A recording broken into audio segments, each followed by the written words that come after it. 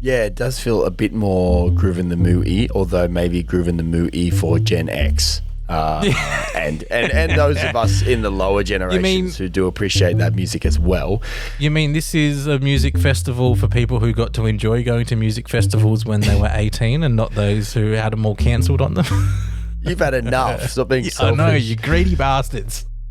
The artists, a lot of the time, apparently are asking for 100% of their fee up front. And apparently on this festival, they sunk around $1 million into the event, and that was largely in deposits paid to the artists. So my question is, are the artists to blame for all these festivals tanking because they're costing these festivals all the money up front?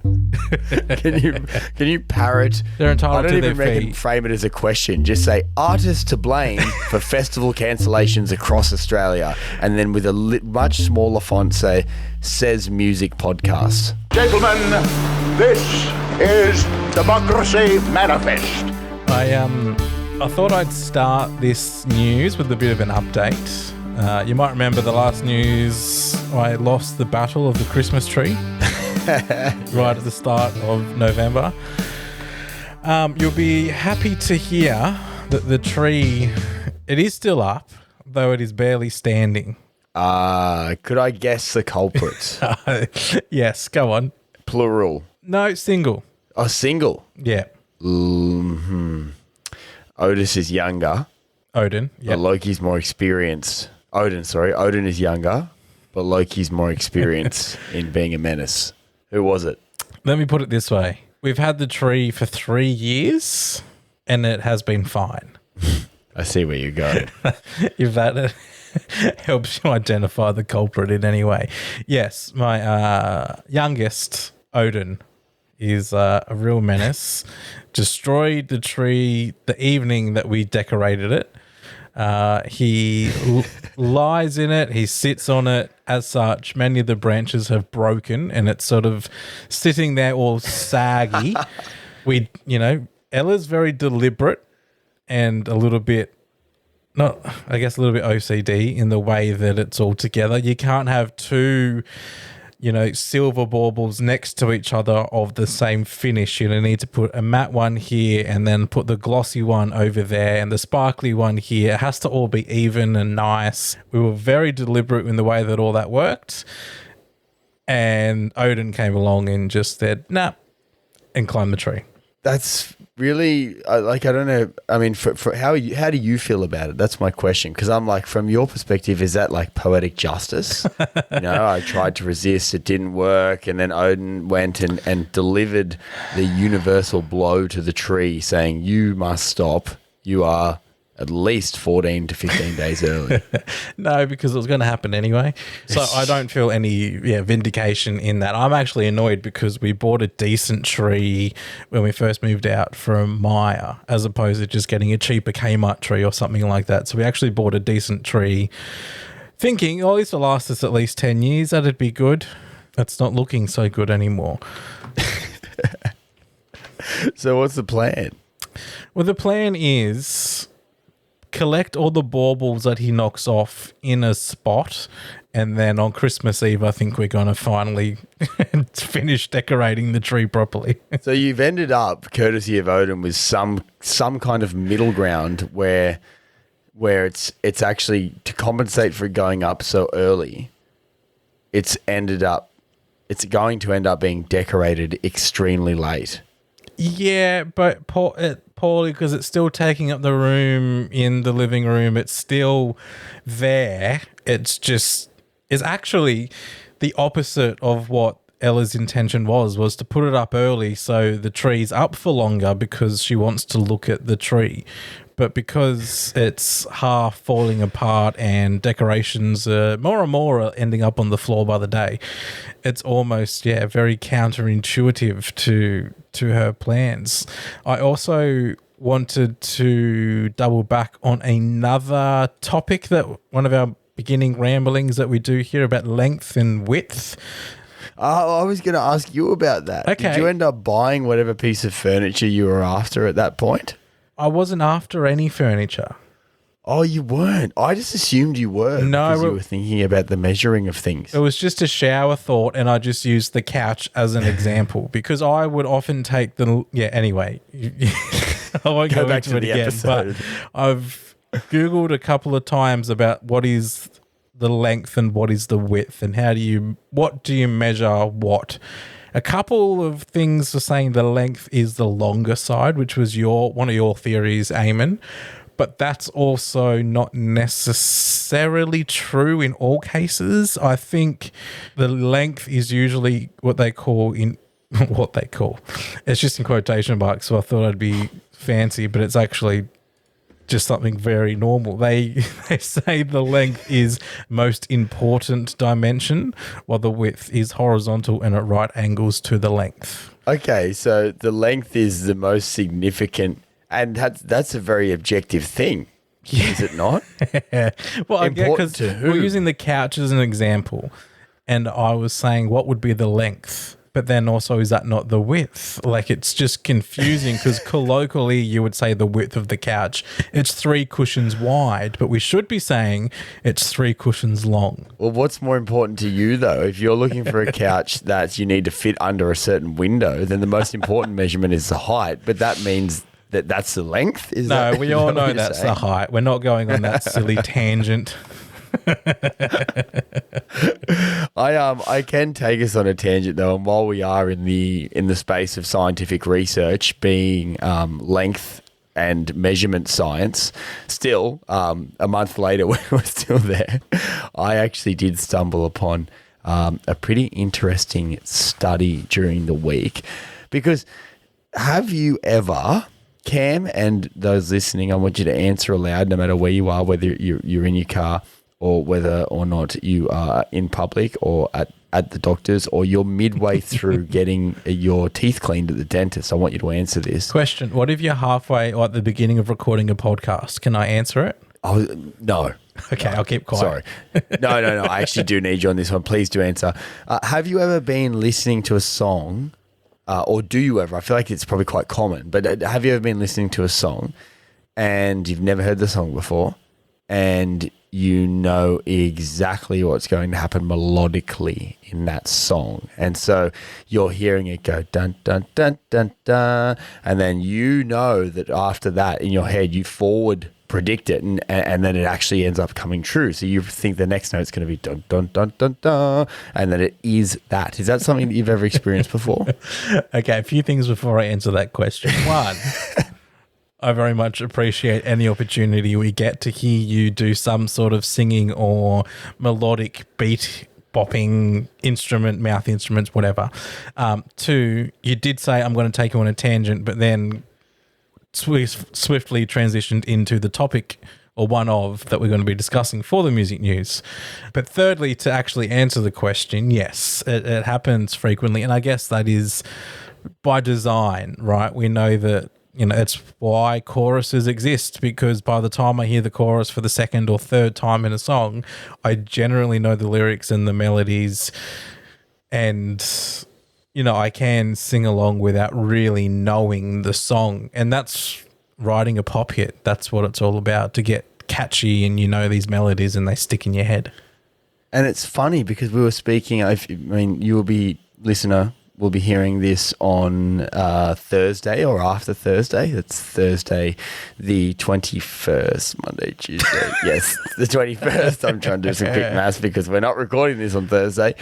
The 21st of November. So after that, but our podcast that was released on Monday with Central Coast artist Fletcher Kent, we did speak about this exact thing, about the fact that music is all about patterns and some degree of predictability and some degree of repetition. And when songs deviate from that, it challenges us and you either love it or you hate it. Or even when they do deviate from traditional patterns, like Fletcher Kent's newest or debut single, we should call it, I'll Be, it actually takes another pattern form, even if it's not the traditional pattern form. But what I'm getting at with this is that There's been a study conducted that explores how your brain waves reflect melody predictions while you are listening to music, which I thought was super interesting. So we know that the brain is highly skilled at detecting patterns and using it to predict future events. Everything is pattern-based,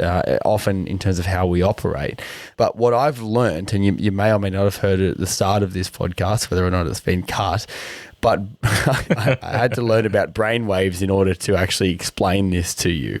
But brainwaves operate on frequencies, or they're oscillating electrical voltages, and they measure just a few millionths of a volt. So if you think, your house runs on 240 volt power, your car runs on 12 volt power, your brainwaves operate on a few millionths of a volt. So you couldn't even power a microwave with a brainwave. It's actually quite pathetic when you think about it. Our brains are horrible. No, we suck. But the frequencies of our brain waves are divided into a number of different hertz measurements. Now, we don't need to go in what hertz means. You just need to understand that there's a range, right?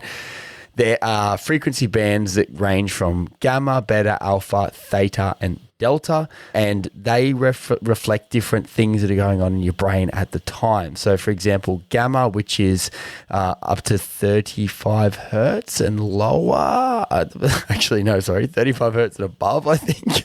Gee, I'm so glad you did so much research into this so you could explain it to us properly. It's confusing.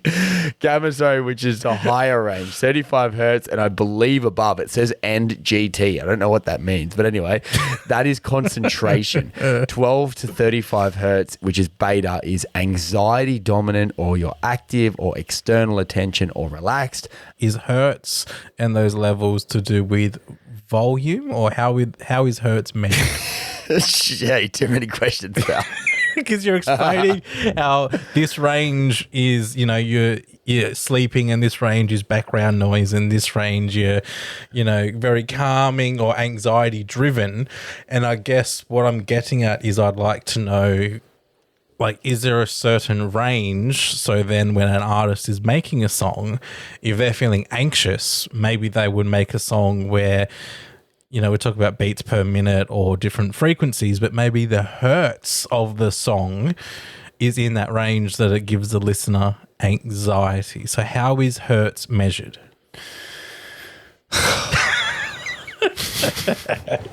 Big deep breath. Okay, let's move on. Okay, I don't know. I'm furiously searching. Okay, well, give me 1 second. Oh dear. And this is why we typically don't cover brainwave and neuroscience on the music news, and we just talk about how fucked Australian music is and all that, because when we have to do research, it's one thing to read it and go, I think I understand that, but then to actually sit here and try and explain it to someone like me who will ask many questions. Yeah. See, I wasn't counting on the questions. I was like, no worries. I'll just read out off this website and I'll be fine. Okay, so the hertz, which you may see abbreviated as HZ, that is the number of cycles per second, and that makes up a frequency. So the frequency of any phenomenon with regular periodic variations can be expressed in hertz. So when we're talking about brain waves, that's the hertz is just a smaller measurement, and the frequency of which makes up those brainwave bands that I was speaking about earlier. So 35 hertz and above, that's 35 of those frequent electronic. So the hertz is the periodic rotation frequency, something. I hope there's no neuroscientists that are listening to this because I'm butchering it. But, actually, if there is, please write in and help us. That's what we need. It's not bury your head in the sand. It's help us explain this. Although I will admit you're doing a good job, so continue. Thank you. I think you're the only one that thinks so. But so we have those five. The only one still listening. Their measurement. They tuned out when I talked about the Christmas tree. We're good. There, we have the 5 frequency bands on which the brain operates. Okay, and they are measurements of hertz, and hertz is the periodic movement of this energy, or like, you know, for want of a better word, frequency. Well, that is a better word, but frequency, electrical waves. You know what I'm talking about. For lack of a better word, let me say the exact word that best describes the situation that I just used. Periodic reflections of frequency. And so the higher the number, the more brain activity, I guess, that is going on. So the highest number is the gamma frequency. That's 35 hertz and above. That's concentration. And I think this is a simplified explanation because I do know it goes higher and they have more. But anyway, beta, 12 to 35 hertz. That's when you're anxious or anxiety is dominant, you're active, your attention is external, and you are relaxed. So that's probably the range that we operate on most frequently. And perhaps, you know, if your work requires a fair bit of concentration or whatever, then you might operate on that gamma frequency band. Alpha is more passive. That's when you are relaxed and your attention is passive. Theta, 4 to 8 hertz, deeply relaxed, inward focused, and 0.5 to 4 hertz is when we are sleeping. That's the delta band. How easy was that to understand? That was so simple. That's very easy. And now that I have that understanding, please explain how that relates to catchy pop music. If you're not with me now, then the problem is you, not me. Researchers at the Max Planck Institute for Human Cognitive and Brain Sciences were trying to understand the ability and what's going on in your brain to predict upcoming melodies in music. They did some research and they wrote a paper that was published in the European Journal of Neuroscience. And they found that uncertainty, which will be labeled in this study as entropy, plays a key role in melody predictions. And they also interestingly highlighted the differences in how the brains of musicians and non-musicians process music. So they've said that prior work on music cognition suggests that low frequency, that's 1 to 8 hertz. Hey, now it's all making sense. Brain activity encodes melodic predictions beyond what you're listening to. And they wanted to kind of disentangle the frequency specific neural dynamics linked to predicting melodies and the uncertainty of predicting melodies. So the researchers recruited 20 participants, half of whom were professional pianists. These participants were asked to listen to 10 piano melodies extracted from the work of Johann Sebastian Bach, and they each lasted 150 seconds. The participants listened to each of these melodies 3 times, and whilst they were listening, the researchers collected recordings, here's a word, using electroencephalography, also known as EEG, which is a technique that relies on electrodes to measure the brain's electrical activity. So that's, I'm sure people have seen in pop culture a variation of this thing. They just haven't heard that word before, nor had I. And what they did was they calculated the probability of specific notes following others in a sequence, and that allowed them to compute the surprise that segments of a melody would typically elicit. So the researchers in this study found that uncertainty, which is again labeled as entropy in the purposes of this study, in melodies is encoded in neural responses that range across different frequency bands, the bands I was mentioning before. The researchers were also able to pinpoint the frequencies that could encode uncertainty about the onset of notes before the participants heard a given note. So they were able to work out on which frequencies they would this prediction would occur in the first place before the participants had actually heard that note. So when we go back to our bands, they found that and this, just bear in mind, this is their words, weights revealed that the temporal predictability of a note, entropy or uncertainty of a note onset, may be encoded in the delta 1 to 4 hertz, which is sleep, I believe, and beta band, 12 to 30 hertz, brain activity prior to the stimulus, suggesting these frequency bands associate with temporal prediction. So they were able to say that it occurred on those bands, 1 to 4 hertz or 12 to 30 hertz. Now we go back to our fun little graph here. 1 to 4 hertz is generally sleep, and the 12 to 30 hertz is your very relaxed passive attention, or your anxious, that one that we're mostly in, anxiety dominant active external attention.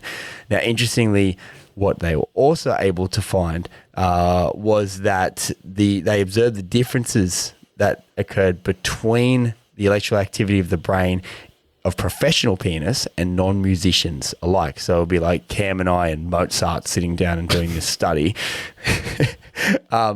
And they found that the melody predictions had a direct correlation with more brain waves in the beta frequency band for pianists and the alpha frequency band for non-musicians. So alpha is the very relaxed passive attention, and beta is that anxiety dominant active attention, external attention. So for us non-music lovers, our prediction of melody occurs in a different brain frequency band to those who do play music. And I suppose if I'm to try and interpret this study, the very relaxed passive attention is for the non-music people. So Cam and I, who would consume music probably in a more passive way, we're not thinking about how the music is constructed or analyzing. Whereas maybe when Cam and I, like I know I do this, and I'm sure Cam does too, when we listen to a podcast, for example, we're probably listening far more actively. We're noticing production elements, we're noticing delivery, we're paying attention to format, to how things are constructed. So the musicians would be consuming and listening, particularly if they're pianists and they're listening to professional piano, they would be listening to it in this completely different way. Whereas you, who unless you are making a podcast of your own, if you're listening to us right now, you're probably just listening to us and thinking, God, Eamonn is not very good at explaining neurological surveys. But you're not really thinking maybe about how we package this podcast, how we produce this podcast, how we present this podcast. And so you would be listening to this podcast on your, more than likely, not putting frequencies in your brain, but on the alpha frequency band, whereas we would listen on the beta frequency band. Now you apply that to the musicians, and it is very interesting that they're able to look at, yes, we both can predict melody, but it happens in different parts of our brains depending on whether or not we are musicians or not. Thank you for signifying that we are the podcast equivalent of professional pianists. That feels like a very high bar for you to set, and I agree that we are the concert and professional pianists of the podcast world. I've always said that from day dot. You remember from our very first meeting, I said, Eamonn, I believe we can be the professional pianists to the podcasting world. Oh, actually, no, maybe I said penis and not pianist. Maybe that was sorry, professional penis. That was low hanging fruit. World. That's an easy one to make. And there's another joke that can be made off the back of that, but I won't. It's but no, it is interesting because I love watching. I've actually recently, my TikTok algorithm has been giving me Jon Batiste. I think that's his name. He's a incredible musician. Like his mind is, Jon Batiste is his name. He is just an incredible musician, and they played him a song and they said, make this bluesy. And he goes, oh, mate, this is already bluesy, and then played something and it would just fit it in so well to the bluesy. Go from one genre to another? Yeah, of course. I mean, we were just messing around, being that we're at Julia, Beethoven,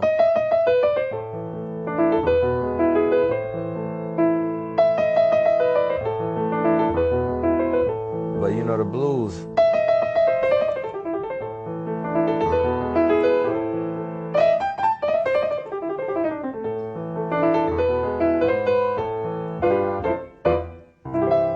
Gospel.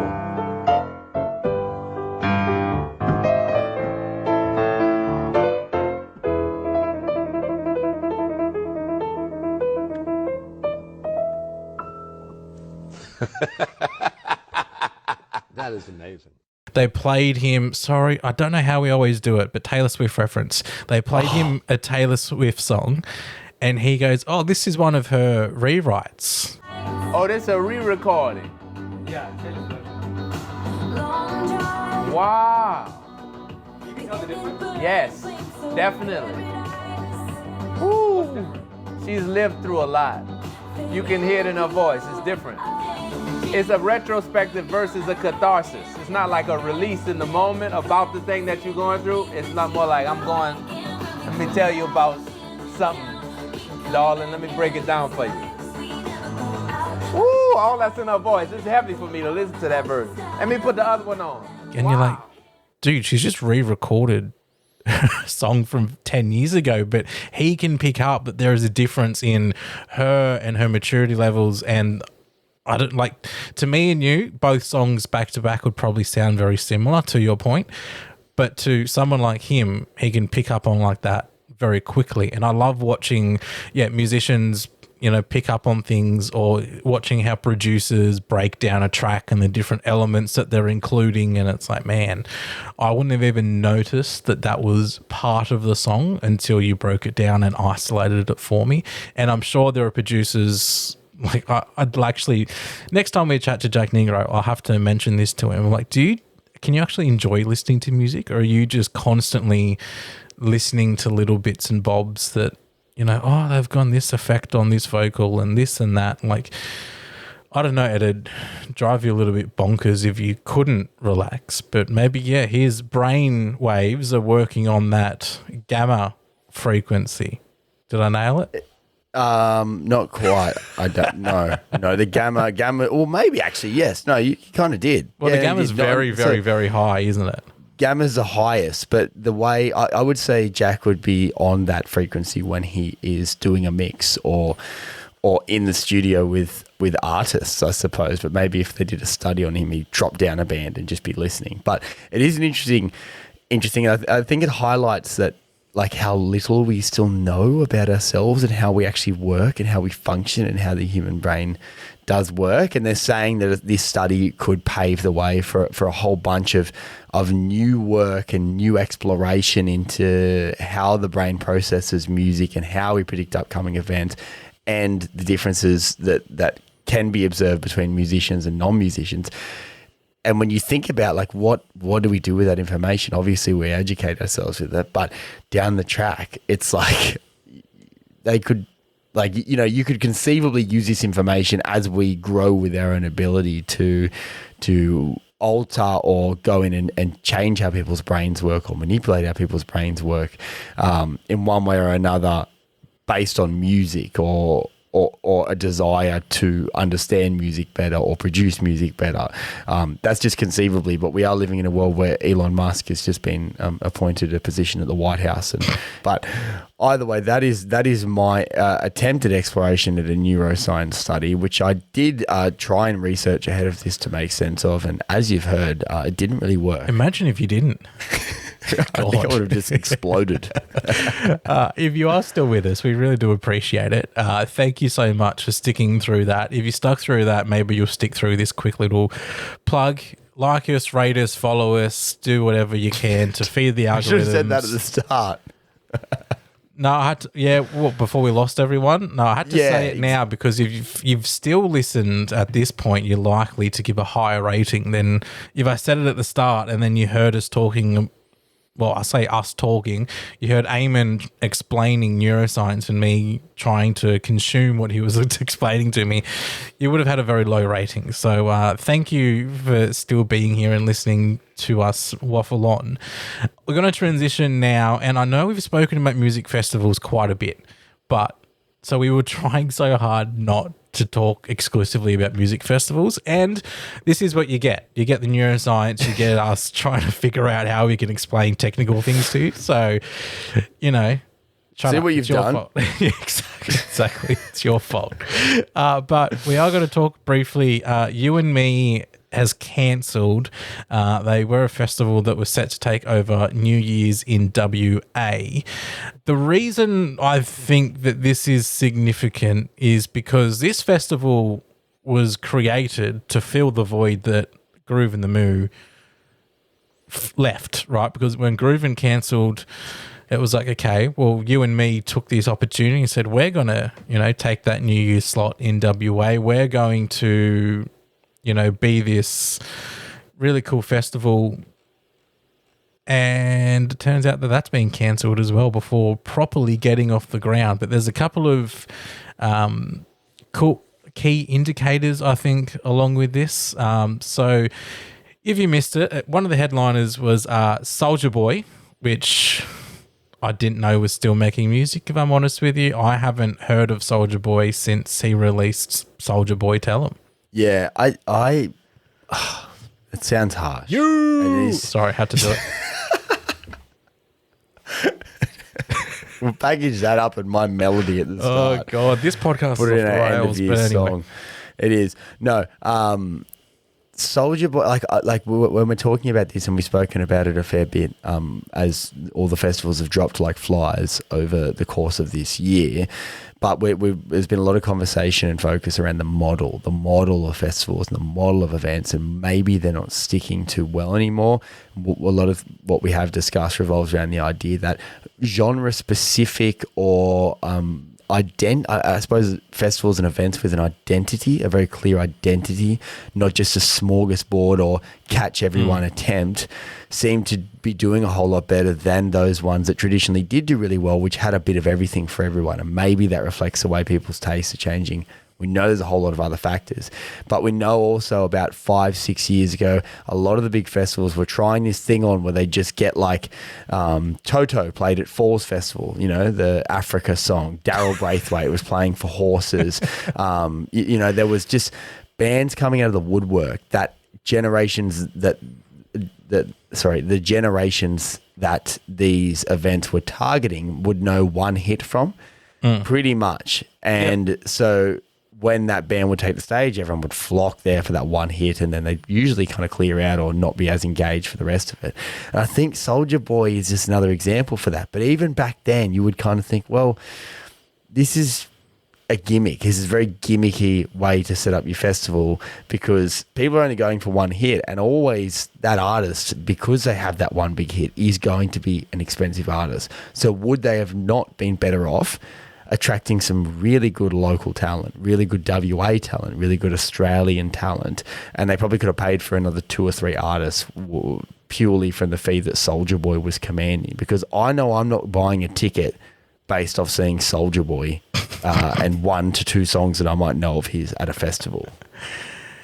Yeah, I mean, WA, we've spoken about before, there's so many phenomenal artists coming through there, and yeah, this does feel like the sort of festival that they could have maybe really, cemented themselves on. But, South Summit, Dice, Rara, Viper, they're on a bunch of other festivals as well. So, maybe the WA that, they've seen them so often, they're not sick of them, but they're going, well, they're nothing special if they're playing a festival over here. So they thought, let's get Soulja Boy in. But at least, with some of the examples used there, Daryl Braithwaite, I think the Veronicas, before they were, back releasing music, they were one of those artists who sort of came out to, everyone could sing along to Untouched and a few of their other hits. And, at least they were Australian artists, I guess. But I remember even when the Wiggles were on a festival lineup, we said, how cool for our generation to have that experience. But at the same time, is this a slot that an emerging act could have potentially taken place? But yeah, Soulja Boy was one of the headliners, and the Veronicas were also one of the draw card names of the You and Me festival. But something else that came out of this, which I found quite interesting, was that the artists, a lot of the time, apparently are asking for 100% of their fee up front. And apparently on this festival, they sunk around $1 million into the event, and that was largely in deposits paid to the artists. So my question is, are the artists to blame for all these festivals tanking because they're costing these festivals all the money up front? Can you parrot your headline in the way you did off mic to me? that's going to be front page of every newspaper come Monday. Look, because it is one of those type, salacious headline types of things, where you say, are the artists to blame for festivals cancelling?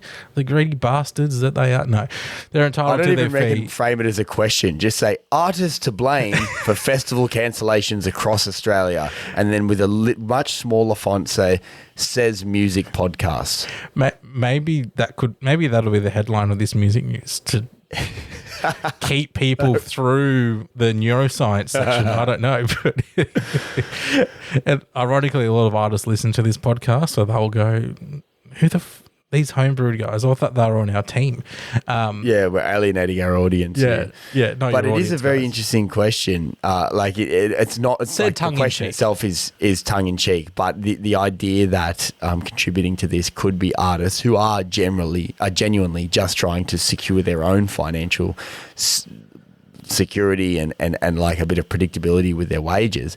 You cannot blame them for wanting to secure a growing share of deposit when so many events are going bust, because of course when an artist is booked one of these things, they clear their schedule, they start preparing, they might put time into rehearsing or planning or choreographing a set, which all takes time, and time is money, especially when you are in the creative industry. You only have a limited amount to expend, and obviously a lot of that doesn't make you money already. So for an artist to then go and put a lot of work into preparing for that, I mean, just to bring back to like an example that's kind of relative and relevant to us, when we spoke to Brandon Duff, who does a lot of wedding stuff, I was speaking to him off mic post interview about how his work at weddings is 90% throughout the week, learning new songs, learning the interests and likes and how the day is to go for the bride and groom,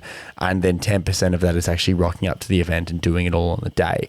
Now, obviously, we're not talking about weddings here, but it's an apt comparison for artists who would be doing a lot of work. It's not just, oh, hey, you booked for this festival, rock up and play your set. No doubt there's a lot of preparation that goes on for that, for the artists, in terms of preparing for that set and preparing to create a show for an audience. Yeah, definitely. And that's for a lot of freelancers and a lot of, I guess, creative or like commission-based work. Like, you do a lot of work before you actually do tend to get paid. So I can certainly understand why artists are wanting, their fees up front, because they also don't know whether the festival will go ahead. And, if, God forbid, we see another Lost Paradise and Light situation where the money that would have been paid to them through ticket revenue suddenly gets sent offshore and it's dodgily managed, and then the festival can't find that money. Maybe the festival go under, they can't pay the artists, and then the artists are out of pocket. So if they can get as much of that up front as possible, like, I'm not blaming any artist who wants to do that. It makes sense to me that they would do that. But as we're saying, by the artists doing that, it actually tends to put more pressure on ticket sales selling quickly and upfront, and there being a lot of interest for it because the festival have other things that they need to pay off. And with this, the ticket sales weren't fantastic. Maybe Soulja Boy wasn't the pull that they thought he was going to be. And high insurance costs were also factors into the cancellation. The good news is, if you bought a ticket, you're getting a full refund, and that was sold through Humanitix and Tixel as well. So two platforms that we gave a bit of a shout out to when we talked about Lost Paradise a couple of weeks ago. They're giving the full refunds for that festival. But shifting to another festival, and this to me feels like a better Groove in the Moo replacement, because it is regional, not necessarily because of the lineup, but you talked about festivals having identities. This Lookout Festival certainly does have an identity because it is hitting you in the nostalgia. If I quickly go through the lineup, it is Jet. I said, are you gonna be my girl? It is Grinspoon.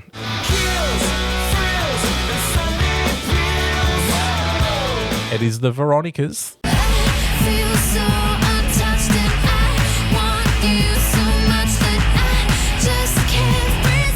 They make an appearance everywhere we talk about them. Spiderbait, Jebediah, Magic Dirt and Youth Group are all part of this Australian tour. It's starting in February next year, running through till March, starting in Queensland, and the 2 dates in New South Wales are at Spears Point Park in Lake Macquarie on the 6th of March, and on the 9th of March, they're down in Wollongong. So certainly a regional festival. Yeah, it does feel a bit more Groove in the Moo-y, although maybe Groove in the Moo-y for Gen X. And those of us in the lower generations who do appreciate that music as well. You mean this is a music festival for people who got to enjoy going to music festivals when they were 18 and not those who had them all cancelled on them? You've had enough. Stop being selfish. I know, you greedy bastards. No, it is. It does sound like a very fun festival, and I do genuinely, sincerely hope that it succeeds. But I dare say it's actually probably a safer market to be operating in. You're aiming at people at the moment with more disposable income than young people, probably more motivated by that nostalgic feeling to go and catch one of these events, especially if they don't go to a lot of festivals. So they're not like have that kind of choice fatigue, or they've got so many options to choose from that they have to can a few, which we're seeing happening with young people. So honestly, in terms of a business decision, I think that's probably a pretty safe bet. And it's a great roster of artists that are going to be on it. And we're getting one nearby, not quite on the Central Coast, but up in Lake Macquarie as well, which is pretty close. So catch that one if you do want to go there. And yeah, it is, I mean, what's going on generally in the festival space just feels like this vicious snowballing cycle. It's like the same reason the festivals are struggling, because they have to pay more to artists who are less confident in the festivals, and also the ticket buyers are less likely to buy tickets because they're less confident in the festival. So everything is making the operating environment more and more difficult. We can only hope there's some kind of circuit breaker on the way to do it. And maybe I just need to get up, get on television, get in front of people, get out in public spaces and try and explain neuroscience to them, drive them so insane that their only choice is to buy a music festival ticket to release the strain I've just put on their entire psyche. So I don't know, food for thought. Yeah, maybe you can continue down the path of your 5-minute research session before we jumped on this, if you actually look into it more. And then you can figure out what hertz our brains are operating at when we want to go to music events and when we want to see and listen to music, when we want to go and see a band live. Work into those frequencies, and then, yeah, we'll get you on the pod. I'll get you back on. I think you did all right talking about the first time, so I'll get you back on to explain it again, and then we can brainwash everyone into spending all of their 3 cents of disposable income every week on music tickets and music, and then we'll have a thriving music culture in this country. Sounds like a plan to me. Yeah, that's a sound plan. And if it doesn't work, I'll probably just spontaneously combust. The good thing is we film all of our records. So there'll be video of that, which will be entertaining as well. So either way, you can't really lose. But thank you so much. Because of the way that we are recording these now too, I will actually receive that footage, as opposed to the way we used to do it. I would have never seen that footage if you spontaneously combusted. But now I'll be all sweet. So as long as you stayed on the internet connection to upload everything, we'll be I'll be fine. But I think we're safe. One quick little last bit of music news that I definitely need to bring to your attention is Teenage Dads have finally released a music video for Boarding Pass, which is the first single off their latest album, Major Domo, their debut album, I should say, Major Domo.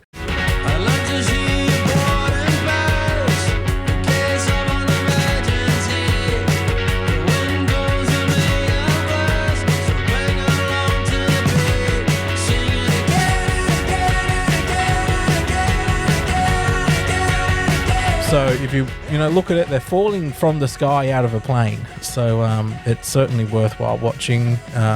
Ignore the green screen effects and all that, and your believability will be right up there. But yeah, I was just super stoked that they released that, because if you haven't heard, then you haven't been listening to this podcast. But I am a big fan of Teenage Dads, and in particular that album. Yeah, this is hugely significant. We actually were going to do the whole music news in this one video, but we thought it would take too long. So we had to pivot to those other, smaller stories, really. But yeah, check it out if you do like Teenage Dads. We know Cam does, spinning it on that new vinyl player. But if you've come this far, congratulations. Thank you so much for listening. You have earned something that we can't deliver, but just you've earned our admiration. Know that much. You absolutely have.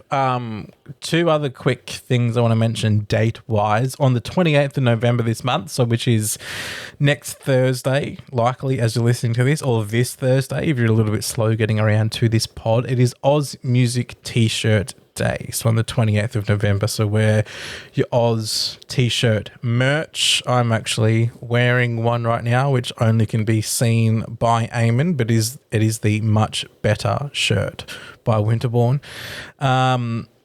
And a little self-indulgent note, but on the 25th of November, so next Monday, as you're listening to this, it is our 7th year anniversary of Homebrewed. Where in 3 times our age, we will be able to drink in America as a podcast or broadcasting platform, which is significant. But no, 7 years. It's been a long time. We've changed form. This is really year 1 of us doing it in the form that you're listening to us right now. But 7 years of Cam and I talking out garbage to each other and getting slightly better at it as each year passes. So if you have been, or worse, actually, I reckon when I listen back to this podcast, I'll go, shit, we've gone downhill. You can have a lot of editing on your hands.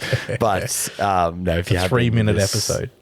If you've been with us from the start or you're brand new, thank you. Welcome. We hope you enjoy it. It's great to see a great response and keep it up. Tell people about it if you like it. Maybe don't tell them about this episode, but tell them about the other ones. I think the other stuff's pretty good. Yeah, tell them about your favourite episode. And let us know too. What is your favourite episode? What is your favourite homebrew memory if you do have one? We'd love to hear from you. Yes, and a really good episode is the one that we released on Monday. It's a chat with Fletcher Kent. Check that one out. It's very insightful and very funny, as always. A fantastic person to have in and have a conversation with. We've been blessed with a lot of insight, I suppose, lately in our conversations and a lot of depth and a lot of substance, which not to say we don't get that often, but some guests particularly rub you that way. And Fletch is one of those. We've had quite a few in recent weeks as well. So check out that conversation with Fletcher. It's really good to hear him releasing new music and another fantastic Central Coast artist doing very good things. But that's just about us for this evening or your morning or your afternoon or your midday. If you haven't spontaneously combusted, give yourself a pat on the back. Yeah, and I'm going to go give Eamonn some money so he can build up a HEC stat even further and he can enroll himself in a neuroscience course because I think he's got a very bright future. Thank you. One step ahead of you. I've already used my beta band to enroll in a shady offshore university that's asked for all the money up front. Nice. That can only go positively for you, I'm sure. I think so. Profound, moving, strange. Words you may be using to describe what you just heard. If it was any of those words, please like, share, subscribe, buy a billboard for us, send us money anonymously, donate to our campaign that we don't yet have. I don't know, do something with it. But this episode was produced by Cameron Smith. If you did like it, head to www.homebrew.au. And of course, all of our work takes place on Dark and Junk Country. We pay our respects to the Indigenous community here on the Central Coast. Conrad Sewell was on the Hamish and Andy podcast. Yeah. He has a stab at Spotify and I thought it was quite funny. By the way, I was on Spotify listening to your stuff. Firestone's had over 1 billion listens. Do you know that? Yeah, mate. Yeah, no, and that's the. Thank God for that song. That's still providing. The marriage would be over by now if I didn't have that song. $1 billion. $1 billion. No. What do you get? Do you get something from Spotify? You know, on YouTube, you get like a golden thing, like if you get 1 million subscribers you get or like something. a bowl. You get a bowl, and actually, I'm with Mask Wolf at the moment. He's the only person I know in this country other than me. Actually, Tones and I's got one as well. that's got a billion bowl, and I'm staring at one right now. She Is heated it called the, a billion? You get a bowl. Yeah, you get A a, you get a salad billion bowl. bowl. What's the Yeah. bowl look like? It's like a silver bowl on a plaque, but everybody, like Drake ate a rigatoni out of it. Like someone did cereal. You're supposed to eat something out of it. Oh, right. Have Why a you? bowl? Am I missing something here? Like, why is Spotify giving out bowls? I don't know, because they're not giving out any money, so they're just giving you bowls. Be happy with Yeah, your if bowl, only I mate. could fill this with food. Not everyone's Drake. Congratulations, we made $1 billion. You get a bowl. Conrad Saul, thank you so much for joining. I just thought that was quite funny.